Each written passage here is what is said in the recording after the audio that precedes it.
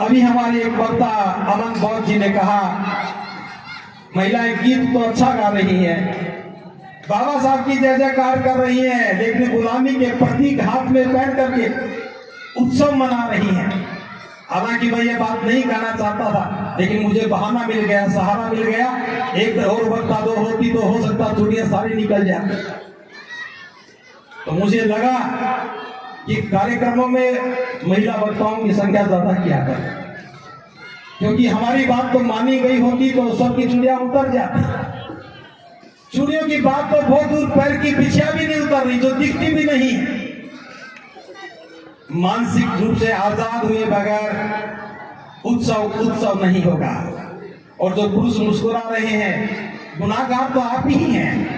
आप प्रशंसा करते हैं चूड़ियां तो अच्छी लगती है, आप प्रशंसा करते हैं कि ये साड़ी अच्छी लगती है, और ये प्रशंसा का भाव ही महिलाओं को गुलाम बनाने के लिए प्रेरित करता है। आप स्वतंत्रता की प्रशंसा करो। अगर कोई महिला बाल कटवा कर क्या है तो कहो कि आप बहुत सुंदर दिखती हो, आपके बड़े बाल अच्छे नहीं लगते थे, ये बाल अच्छे लगते हैं। कोई चूड़ी उतारे तो कहो कि चूड़ियां तो गुलामी का प्रतीक थी, अच्छी नहीं लगती थी, आज देखो बिना चूड़ी के आप अच्छी लग रही हो। और मैं उदाहरण दे सकता हूं, अमन जेवर आई, मैं प्रशंसा के लिए नहीं बुला रहा, मैं हाथ दिखाने के लिए बुला रहा हूं। कोई चूड़ियां नहीं है, घड़ी है टाइम देखने के लिए, कोई मंगलसूत्र नहीं है। आइए जी, आप भी आइए, ऊपर आ जाओ, इनको भी देख लो। ये स्नेहलता जी आपके नोएडा से ही हैं। आजादी का भाव अलग होता है, गुलामी का भाव अलग होता है। इसलिए मैं कहना चाहूंगा कि हमें इस धम्म उत्सव को आजादी के उत्सव में बदलना चाहिए।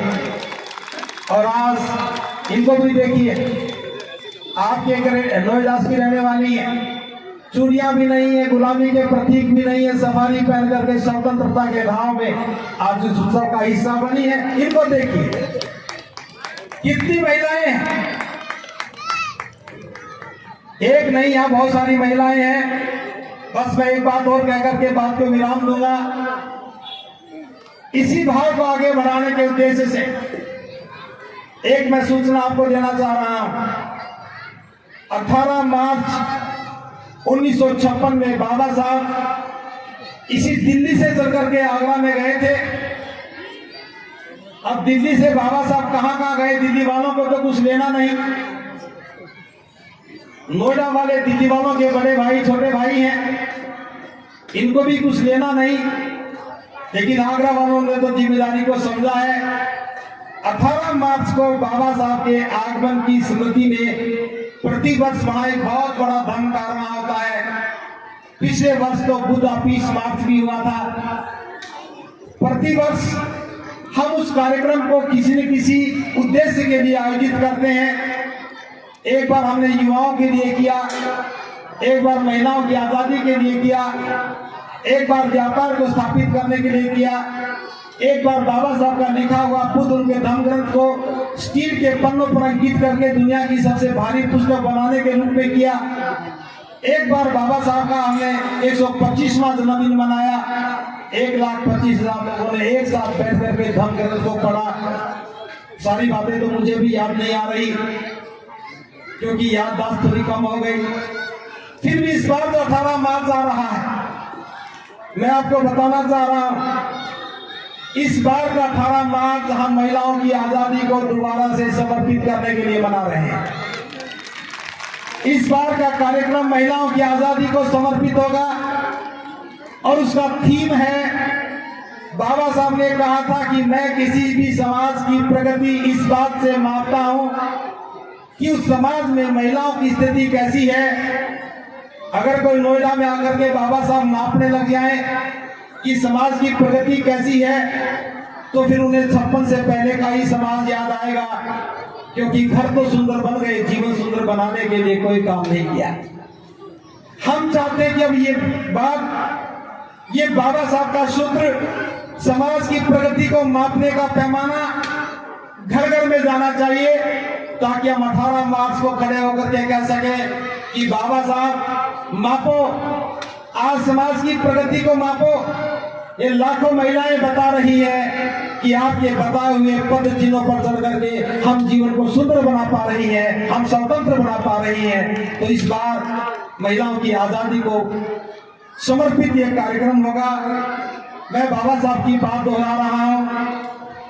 1956 में बाबा साहब ने कहा था उसी आगरा की धरती पर कि हमें अपनी गुलामी की जो मानसिकता है इसको नकारना होगा। जिन परिस्थितियों ने हमें यहां तक पहुंचाया है, गुलाम बनाया है, हमें उन परिस्थितियों को भी नकारना होगा और अपनी गुलामी की बेड़ियों को काट करके हमें स्वतंत्र होना होगा। और ये बात बाबा साहब ने समाज के संदर्भ में कही थी। महिलाएं भी इसी समाज का हिस्सा हैं। कार्यक्रमों में वो आती तो हैं, लेकिन वो कार्यक्रमों की आयोजक नहीं होती हैं। इस बार का 18 मार्च का कार्यक्रम हम महिलाओं को ही आयोजक बना करके बनाएंगे और उसकी शुरुआत के लिए बता रहा हूं। 4 फरवरी को राजस्थान के अलवर जिले में महिला सम्मेलन आयोजित किया है। वो महिला सम्मेलन इसी तैयारी के लिए होगा कि 18 मार्च में हजारों महिलाएं वहां जा सके और उसी कड़ी के तहत 7 फरवरी का दिन जो माता रमा का जन्मदिन है, उसी दिन को आधार बना करके उपासिका मीना बौद्ध जी जब भी घोषणा करके गई है कोंडली के डॉक्टर अंबेडकर पार्क में सभी महिला समूहों के संयुक्त प्रयासों से वहां महिला सम्मेलन, बौद्ध महिला सम्मेलन का आयोजन किया जाएगा। तो मेरा आमंत्रण है आयोजक टीम की ओर से, आप सभी लोग जो मेरी बात को सुन रहे हैं, अपने अपने घर में जितनी भी महिलाएं हैं उन सबको कुंडली वाले कार्यक्रम में जो 7 फरवरी को होना है उसमें जाने के लिए तैयार करें। एक बात का ध्यान रखना है, सभी महिलाएं श्वेत वस्त्र पहन करके आए। हो सके तो सफारी पहनो, ये सफारी बेचने वाले बैठे हैं। हो सके तो सूट पहनो, सूट बेचने वाले भी बैठे हैं। और मेरी बात नहीं मानो तो कुछ नहीं पहना। मैंने 2 ही बातें कही हैं, या तो सफारी पहनो या सूट पहनो। अगर मेरी बात ना माने तो जो आपकी मर्जी सो पहनो, लेकिन सफेद पहनो।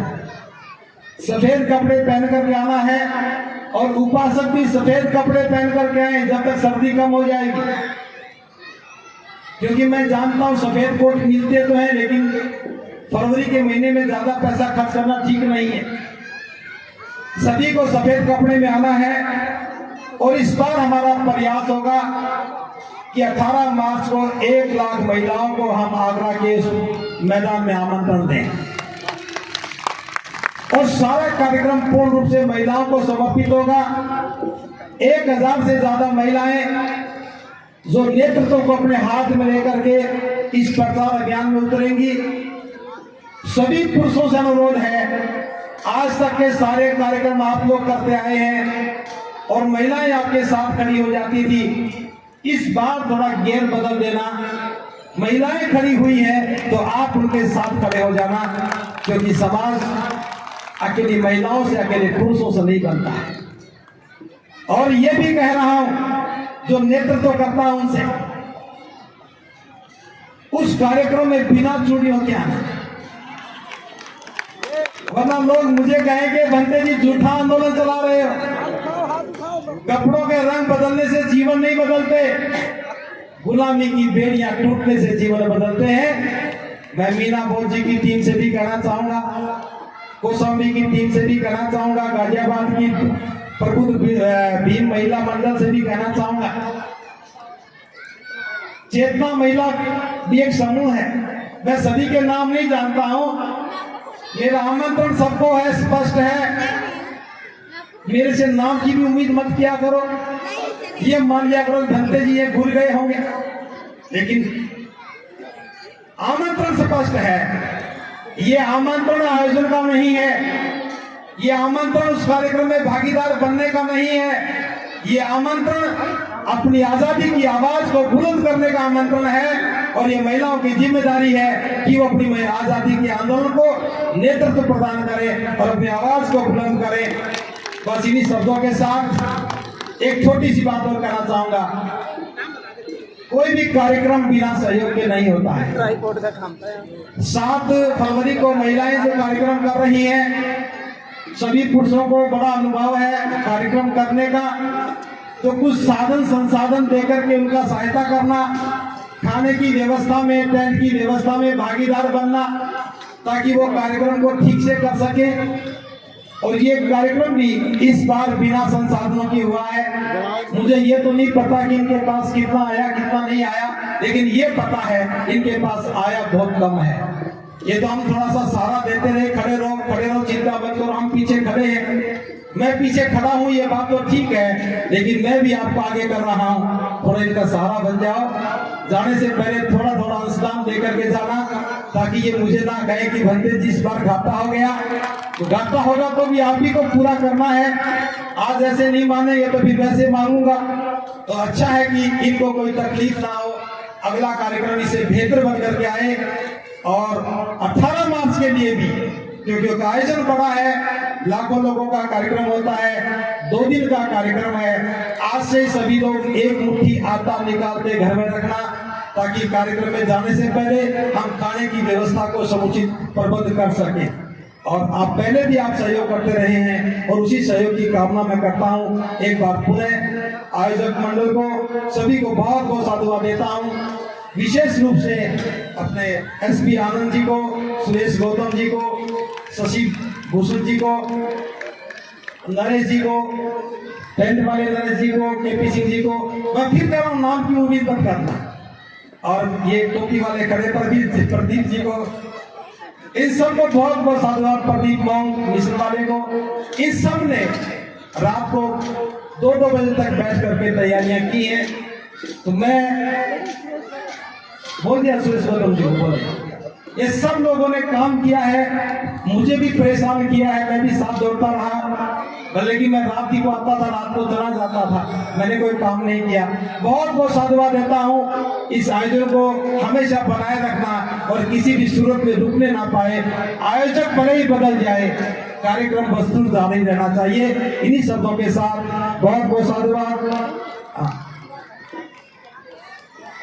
ये आप घोषणा करना, शशि भूषण जी घोषणा करेंगे। एक उपासक है जिनका पुराना नाम कृष्ण कुमार था, कहाँ गए वो? नरेला से हैं। कृष्ण कुमार जी, आई सब दौड़ के फौजियों की तरह से आओ एकदम। इनका नाम था कृष्ण कुमार, नरेला के रहने वाले हैं। सुबह से पीछे लग रहे थे जी मेरा नाम आज ही बदल दो, तो नाम आज हम ये अपने आप ही नाम पसंद करके आए थे। इनका नाम, हाँ ये सामने शिविर में थे, आज इन्होंने अपनी इच्छा से नाम बदला है। मैं तो सिर्फ घोषणा कर रहा हूं। जल्दी आओ, जल्दी आओ,